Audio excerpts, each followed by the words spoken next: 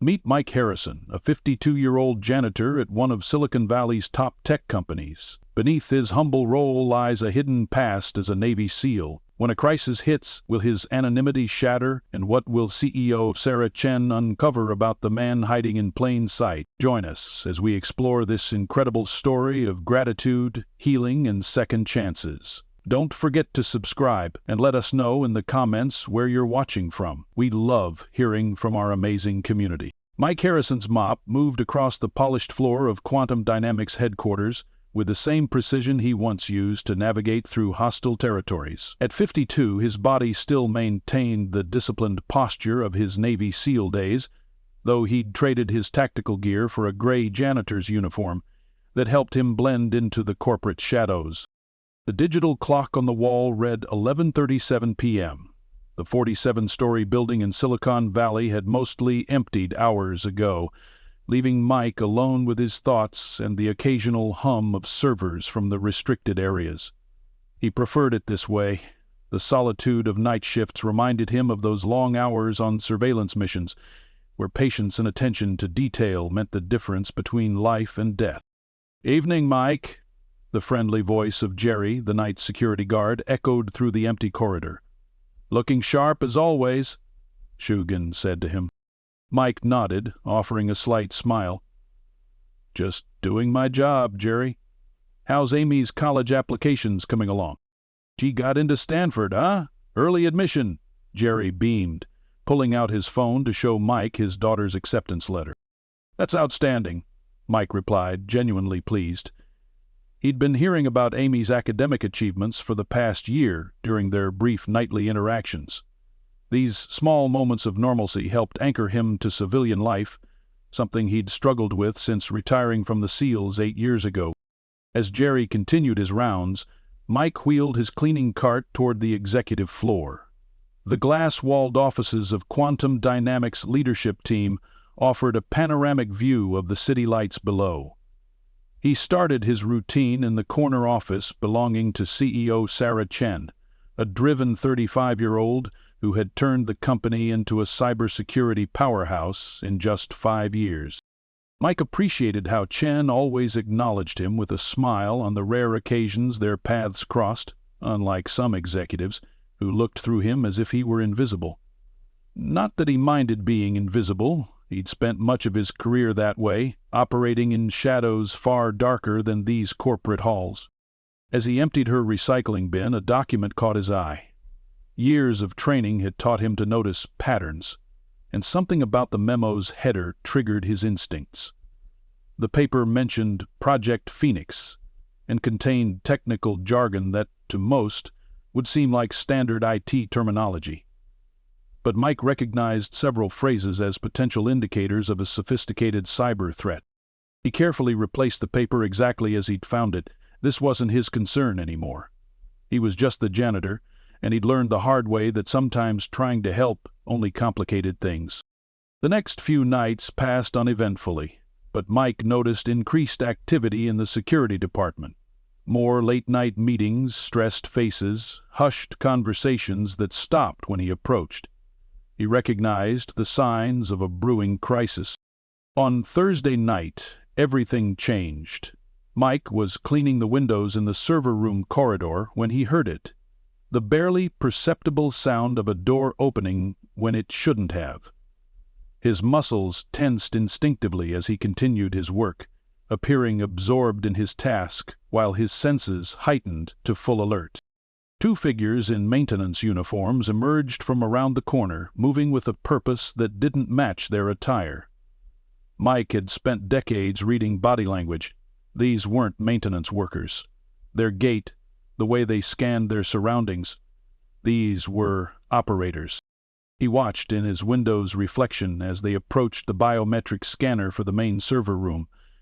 One of them pulled out what appeared to be a cloned access card, while the other reached into his tool belt. Mike had a choice to make.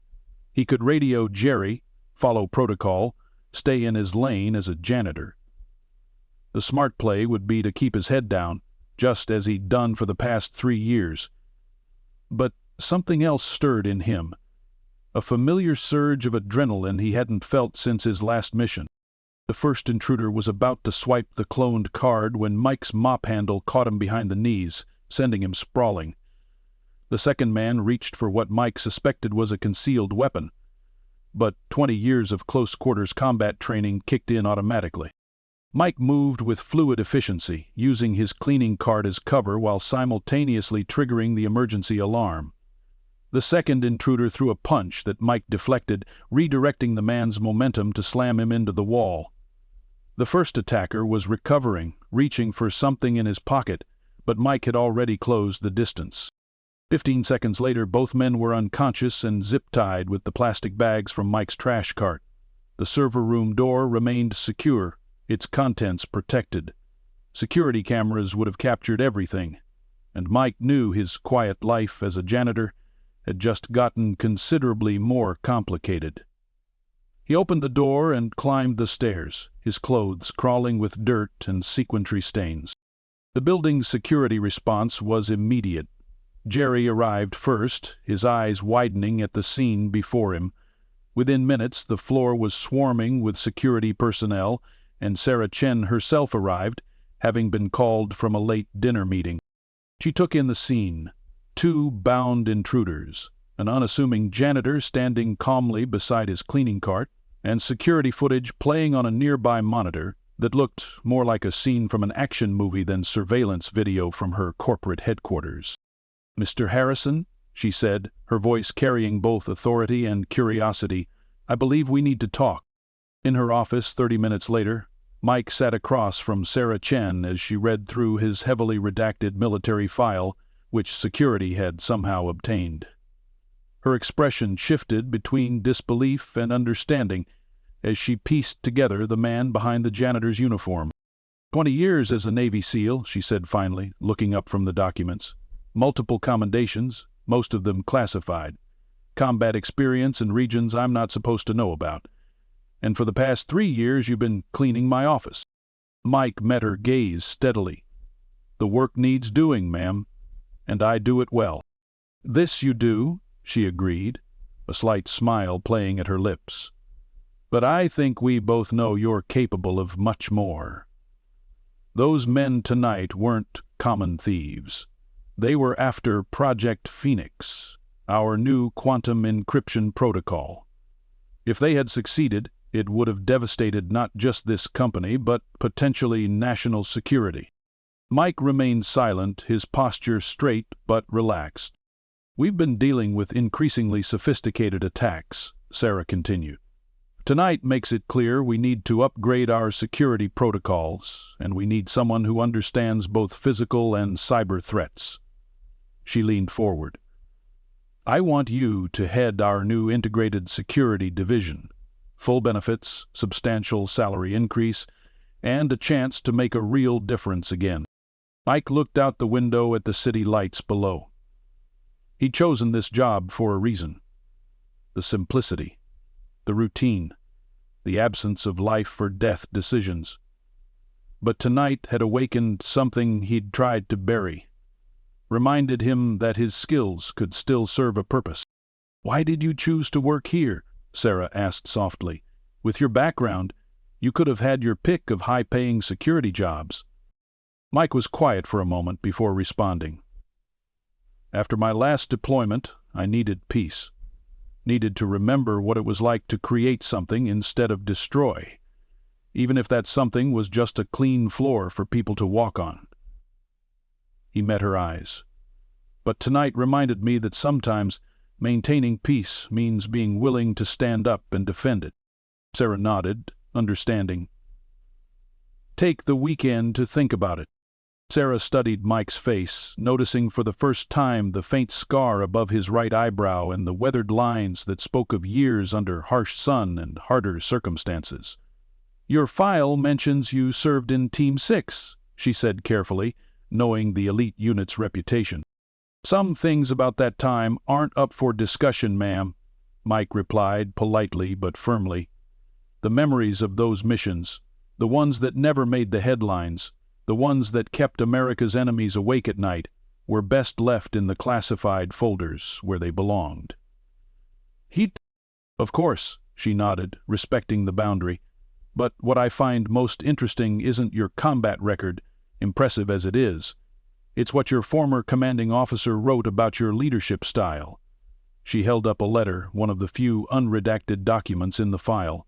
Harrison has the unique ability to inspire without intimidation, to command respect through competence rather than authority. Mike shifted slightly in his chair, uncomfortable with the praise.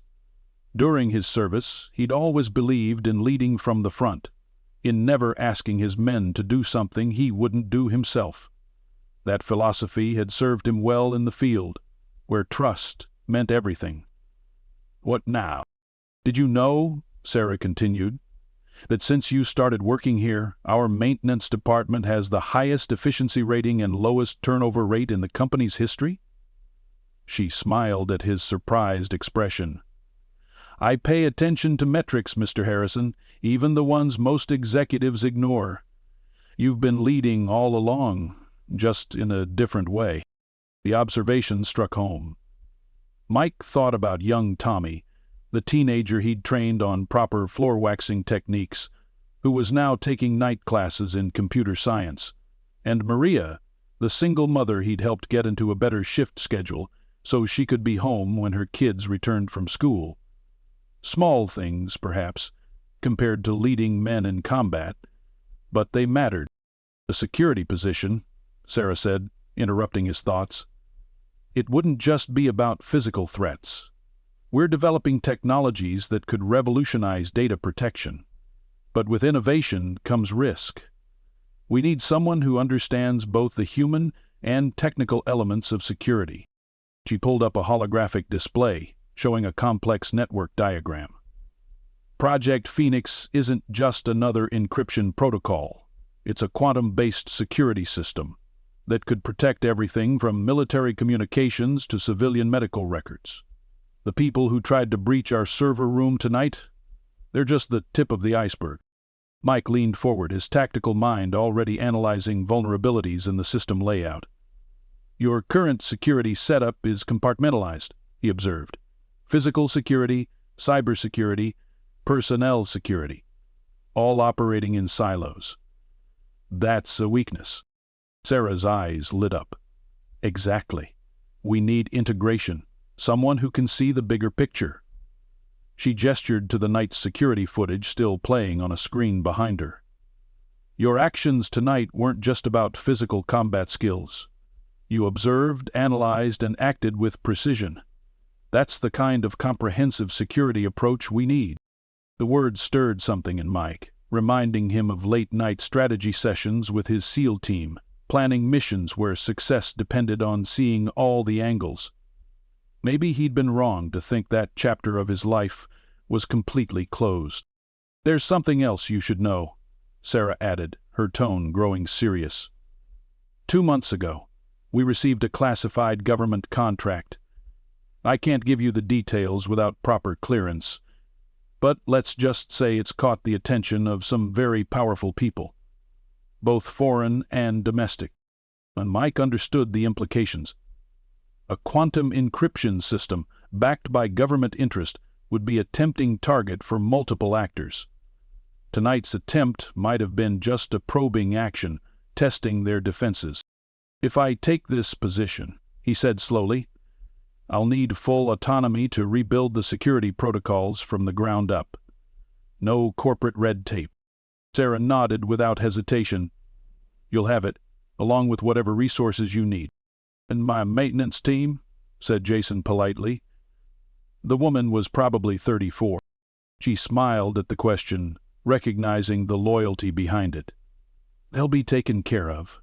In fact, I'd like your input on promoting from within to fill your position." Mike thought of Jerry, who'd been checking IDs at the security desk for 15 years without complaint. Of Tommy, with his quick mind and attention to detail. Of Maria, whose organizational skills kept the supply room running like clockwork. They all had potential, just waiting for the right opportunity. Standing up, Mike walked to the window, looking out at the pre-dawn sky. The first hints of sunrise were painting the horizon, reminding him of countless mission briefings that had begun at this hour. He'd thought those days were behind him, had convinced himself he was content with the quieter life he'd chosen. But maybe true contentment wasn't about hiding from who you were, but about finding new ways to use those hard-earned skills and experiences. Maybe it was about building something positive from the shadows of the past. Turning back to Sarah, he nodded. "I'll need the weekend to transition my current duties, and I want to personally inform my team about the changes." "Of course," she agreed, standing to shake his hand. "Welcome aboard, Mr. Harrison. Or should I say, Chief Harrison?" "Mike is fine," he said, allowing a small smile. "But first, I need to finish my shift. There's still 3 floors that need attention before morning." Sarah watched him go, marveling at the contradictions in the man who'd been quietly keeping her building clean while possessing the skills to protect everything she'd built. As the door closed behind him, she made a mental note to look more carefully at her other employees. How many other hidden talents, she wondered, were quietly working away in the background of her company? In the elevator, Mike pulled out his phone and looked at the old photo he kept hidden in its case. His SEAL team gathered around a helicopter in a desert he couldn't name, their faces young and determined. 3 of them hadn't made it back from subsequent missions. He'd carried their memory with him through every clean floor and polished window, honoring their sacrifice through honest work well done. Now, it seemed, he had a new mission. Not one of destruction and combat, but of protection and building. A chance to use everything he'd learned, both in war and in peace, to safeguard something important. The elevator doors opened to the familiar sight of his cleaning cart, waiting where he'd left it. Jerry was on the phone, probably already spreading the word about the night's excitement. Mike picked up his mop with the same precision he'd always shown, but his mind was already working on security protocols and defensive strategies. "What's the plan?" he asked, as he entered the doorway to the lobby and came up against 3 old men from the south. Jerry was on the phone, probably already spreading the word about the night's excitement. Tomorrow would bring meetings, briefings, and a new set of challenges, but tonight he had a job to finish. After all, he thought as he dipped the mop into fresh water, attention to detail and completing the mission had always been his way, whether the mission involved classified operations or clean floors. As he worked through the remaining hours of his shift, Mike Harrison felt more at peace than he had in years.